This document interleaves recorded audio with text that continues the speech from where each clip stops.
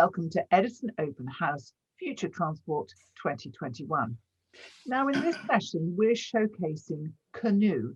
It's a Californian manufacturer of affordable commercial electric vehicles. And with me is its VP of Investor Relations, Kamal Hamid. Kamal, hello. Hi, Vivian. How are you? We're good here in the UK. So Excellent. Tell me, first of all, just give me a thumbnail sketch of Canoo. Sure. Canoo we're an OEM, so we manufacture our own vehicles. And we're coming to market, I think, with three really differentiating factors. One is our philosophy, the second is our vehicle, and then the third is our business model. So in terms of philosophy, we want to bring EVs to everyone. Right, so we're not focused on the $150,000 price point. That's the 1%. Nor are we focused at the very low end. But we're going at the breadbasket, middle America, right? So EVs to everyone that are individualized to use cases. So our price points are going to reflect that, as well as the design of our vehicles. So as far as our vehicles go, that's really our big differentiating factor as well. So. The platform that we use has enabled us to design with greater volumetric capacity on a small wheelbase, right? So because of the design of our IP protected drive-by-wire system and our lateral leaf spring system, we eliminate the use of strut towers at the corners of the wheel. So that gives us a very flat platform.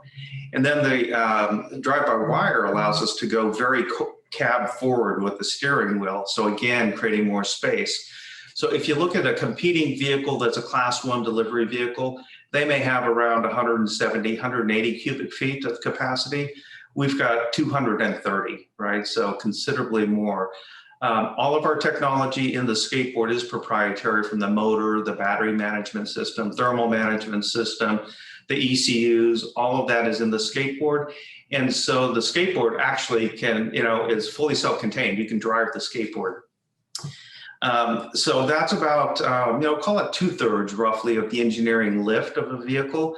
And then the balance is in the top hat. And so as far as our top hats go, we've designed those to be able to attach to the platform as easily as can be done, right? So it's not easy, but as reasonably easy. And that enables us to go after multiple use cases very quickly. So to date, we've got a lifestyle vehicle that comes in 3 or 4 different variants, a multi-purpose delivery vehicle, and a pickup truck, and they're all built on the same platform, right? The other thing about our vehicles, they're engineered and designed for longevity and high residual value. That's a really key thing for us, because the residual value helps determine how much the total cost of ownership for the user, right? If you can have a higher residual value, your total cost of ownership goes down. So we can actually provide an ROI to tradespeople that are using our vehicles. The third thing that's different is our business model, right? So most OEMs go after segments, right? So they'll design a vehicle for, this is a B segment vehicle, and there's, this is who's going to buy it.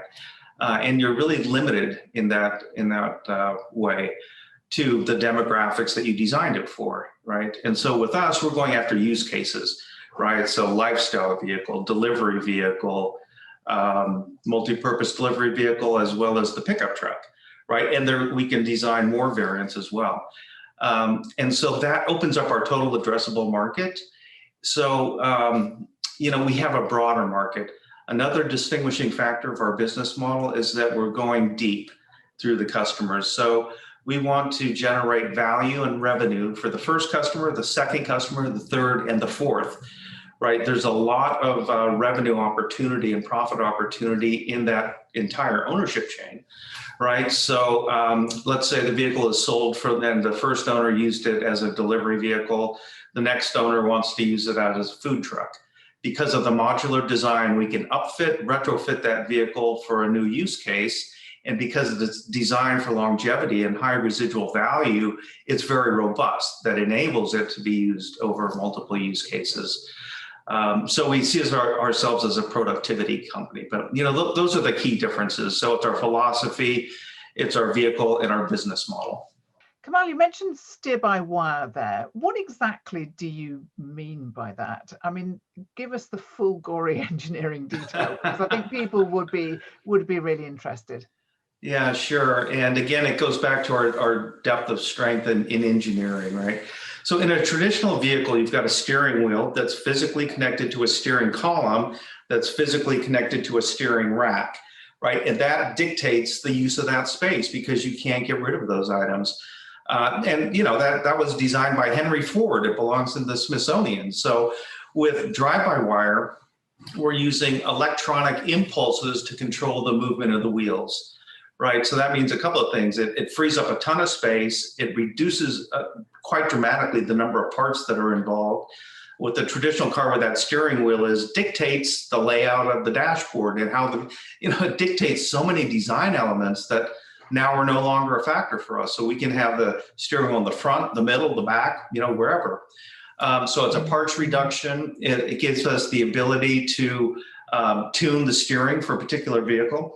So a pickup truck would require different steering, feel than a sports car. Well, we can do all of that with software. So it's harmonized then with the drivetrain. And our drivetrain, the motor, we've got 77 parts. It only weighs 200 pounds.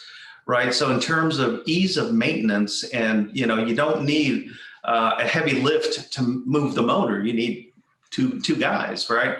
And we can harmonize that steering with that motor, and that's part of the thing that gives us such great efficiency.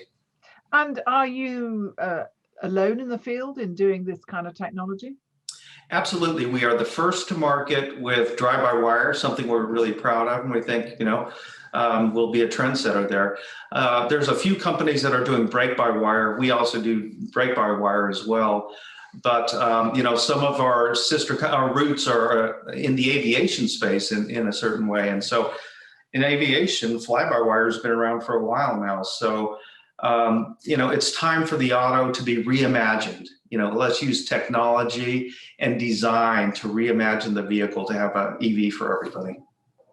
So that's really interesting. So it's in some ways an infinitely customizable base. And absolutely. You've gone back to actually the drawing board and you haven't been constrained by what a car used to look like and how a car was built or how a delivery truck was built. You've just gone back to your skateboard and you've designed all these bits and pieces to go with it. Is that right? Yeah, I'm glad you picked up on that because that's a great point. So we were able to start with a clean sheet of paper and open-minded thinking. So we didn't say that a lifestyle vehicle has to look like this or a pickup truck has to look like that. So because we've got all of this space and it's flat, it really allowed our designers, I should say, to do what they wanted with the design of the vehicle. So viewers, if you haven't seen our vehicles, I'd encourage you to go to our website. And when you look at them, you'll say, wow, that is a futuristic looking electric vehicle, right? So I was talking with somebody recently about one of the competing EV pickup trucks. And he says, I don't want that truck because it looks like every other truck. I want your truck because people will look at that and say, that is an EV, right? So that clean sheet of paper allows us to use fewer parts, and it allows us to harmonize the vehicle, right? So if you look at ECUs, electronic control units that have chips in them, we use one chip for every 15 in a traditional vehicle. So the chip shortage that's affecting everybody now will affect us as well, but we're less reliant on chips. The fewer ECUs you have, the simpler your wiring harness is, right? So there are a ton of benefits. And if you compare that to a traditional OEM, a lot of the OEMs are taking existing ICE chassis, internal combustion engine chassis, and retrofitting those to an EV use case. And that has a whole host of problems. The frame wasn't designed for all of that additional weight that the battery brings. And all of the constraints you have around the ECUs, the power drainage, how things turn on and off in that vehicle, will result in, over time, a very poor residual value and a cost of ownership that is just unacceptable. So, we have a lot of advantages now. So on the one hand, you can say, well, the big OEMs have advantages over you. They've got scale, they've got distribution, and that's true. But if you look at Ford, for instance, Ford is known throughout the industry as being the best buyer out there. They'll squeeze you and grind you on parts if you're a tier 1, tier 2 supplier, and that's what they're known for. Well, we have 35% fewer parts, right? So we can't match their purchasing power, but through design, we can reduce our cost by having fewer parts and parts that are harmonized across the vehicle. And it's an interesting customer offer, because the fact that there is residual value and people perceive this car to be one that they will, continue to make money on, actually encourages a longevity, which is very important in your net zero ambitions. Oh, absolutely. And not only the longevity of the vehicle, but yeah, I guess so, because if it goes from second, third to fourth owner, because it's designed to be very rugged, that means that vehicle doesn't have to be scrapped and a new vehicle built, right? So you get sort of a long tail benefit around that. This is perhaps a foolish analogy, but you are the Toyota Land Cruiser of the EV market, because those vehicles just kind of go on. I don't know what they're made of, but they go on. They do. That's actually a great analogy. So yeah, I was looking at used Land Cruisers recently, and they hold their value. They're not much cheaper than a new one. Yeah. So tell me about the key milestones for the business as you move to volume production. Sure. So the milestones for us revolve around manufacturing and supply sourcing. So we're in discussion with a number of states, and these are states we've selected because they have good labor pools, they have good infrastructure, they have a political environment that's encouraging high-tech growth, such as we would bring, and there's non-dilutive capital available, meaning there's some sort of subsidy. So we started with, I think, 7 or 8 states. We're down to 4. We'll down select to 2 very soon, and then pick the final site, the final state. And so depending on that state, if they have an existing factory that we can retrofit, then it'll be sort of a brownfield operation. If there's no existing factory, then it'll be a greenfield operation, which we'll build, right? But we think we can get, in either case, up and running within 19 months. So that's a milestone. The other one that's significant for us is the selection of a contract manufacturer. And so we're using a contract manufacturer to bridge to our own manufacturing, because we think manufacturing and having the control of the IP, the quality, the timeliness, the flexibility, all of those things we'd like under our control. So eventually we will be building our own factory. But the first vehicle, the lifestyle vehicle, will come to market using a contract manufacturer. And then down the road, we could even use a contract manufacturer to help us springboard to other countries, right? So our vehicle is unique in that it was designed for all types of roads all around the world, right? So with steer-by-wire, you can go left-hand drive, right-hand drive very easily for homologation purposes.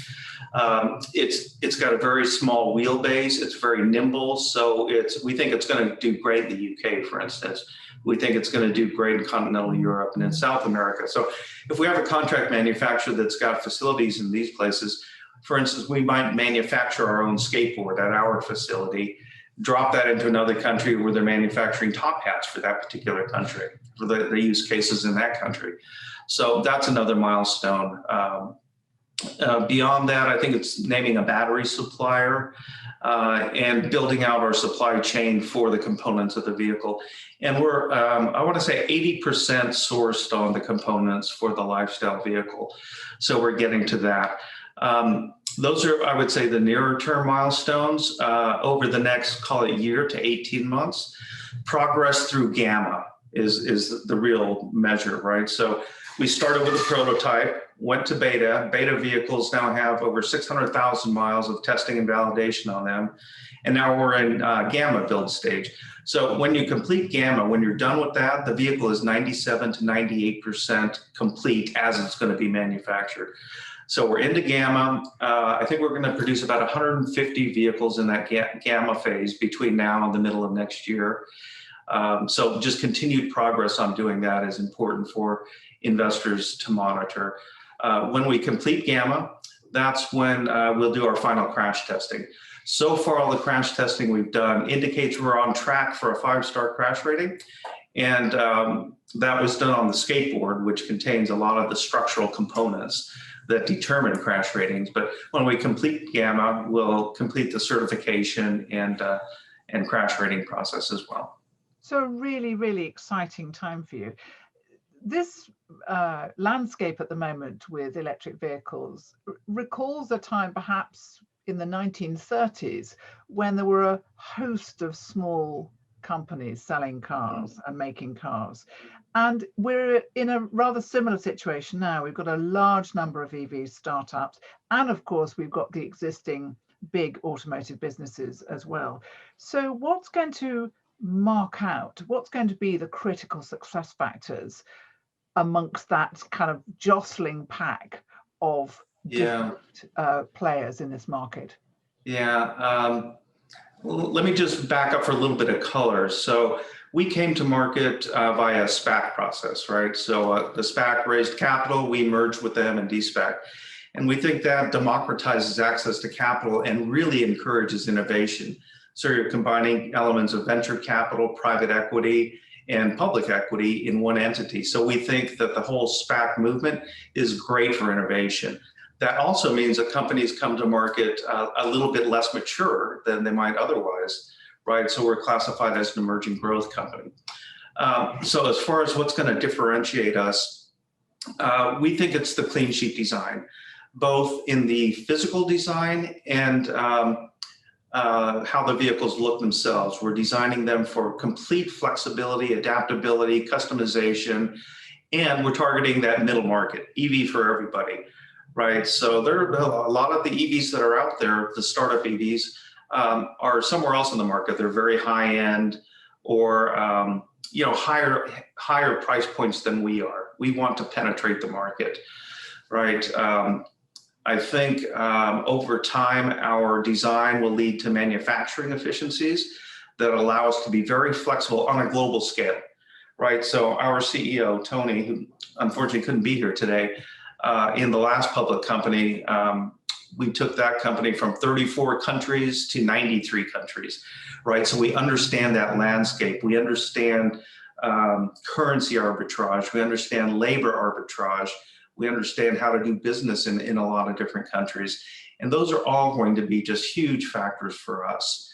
The OEMs, a lot of them that are going down this path today are still retrofitting existing ICE chassis, right? So they're in a position where it's hard for them to give up their bread and butter, the big trucks and SUVs that make all their money and the cash flow, and leap into EVs, right? So they've got a capital issue. They've got an issue where there might be some asset impairments over time. So in contrast, our capital requirements or capital needs are tiny compared to theirs because we're not trying to do two things at once, maintain this old world while trying to step into the new world. That's really interesting. I mean, if you had a crystal ball, how do you see your particular sector shake out in the future? I mean, is your guess that there'll be a few manufacturers, or will we see this, this flourishing and many different people? Yeah. Well, as you pointed out, earlier in the history of the U.S., we had, a whole host of manufacturers. And what happened, history would show us some of them went away, some of them merged together and became, a Chevy that now has a Buick, right? So we see a similar thing taking place here, but probably we're not there yet. We don't think we're at the point of consolidation. In fact, we may see more EVs coming to market, more new startups, but eventually there'll be consolidation, right? And it could be a traditional OEM acquiring an EV for its technology. For instance, our IP we own. Our technology is such an important asset for us. Or it could be some of the EVs will just run out of capital and sort of fade away, right? And those that we believe, such as ourselves, we think will flourish in the marketplace. Just in terms of the traditional OEMs, we look at the OEMs that are kind of the million car volume. Those guys are in a tough spot, right? Because they don't have boatloads of capital to invest in EVs. So they really don't have the scale. So, you may see more consolidation among traditional OEMs, the big ones absorbing some of the smaller ones. It's kind of our view. It's an area that's just going to accelerate, I think. And I wonder if the future is also going to be decided by the infrastructures that governments around the world put in place, that one way and another will favor particular manufacturers and lead consumers down a particular path. Right. We think that's the case, absolutely, which is why we were so focused on federal and state subsidies and grants that are available, because the government is absolutely, the Biden administration is absolutely behind this green push, right? So there are different types of subsidies in different states. The rebate or the tax credit on EVs may be extended or even increased. There's going to be a significant amount of money put towards the charging infrastructure. So we think all of this is very encouraging. So I think in the month of April, EV sales as a percentage of total sales of the US were at 3.2%. The prior year, April, it was at 2%. So we haven't quite doubled year over year, but we're making big strides, and that's being driven by consumer acceptance, some better infrastructure out there. And it's also being driven by, just the ESG concerns. People want a green alternative, right? And as more and more cars come to market, the choices will just broaden for the consumer. And so we think there'll be an acceleration of that adoption curve. So you're addressing many of the problems of future transport with your vision of electric vehicles, but can you do it with a margin for investors? We believe we can, because of the engineering prowess that we have. So today we're at about 550 employees. 60% of those are engineers, right? And so we have more engineers in our company than some of the EV startups have total employees. And that's a real point of pride for us, right? So along with engineering comes these, and it's hard, it takes time to design things to be simpler, to design a part to do multiple functions within a vehicle.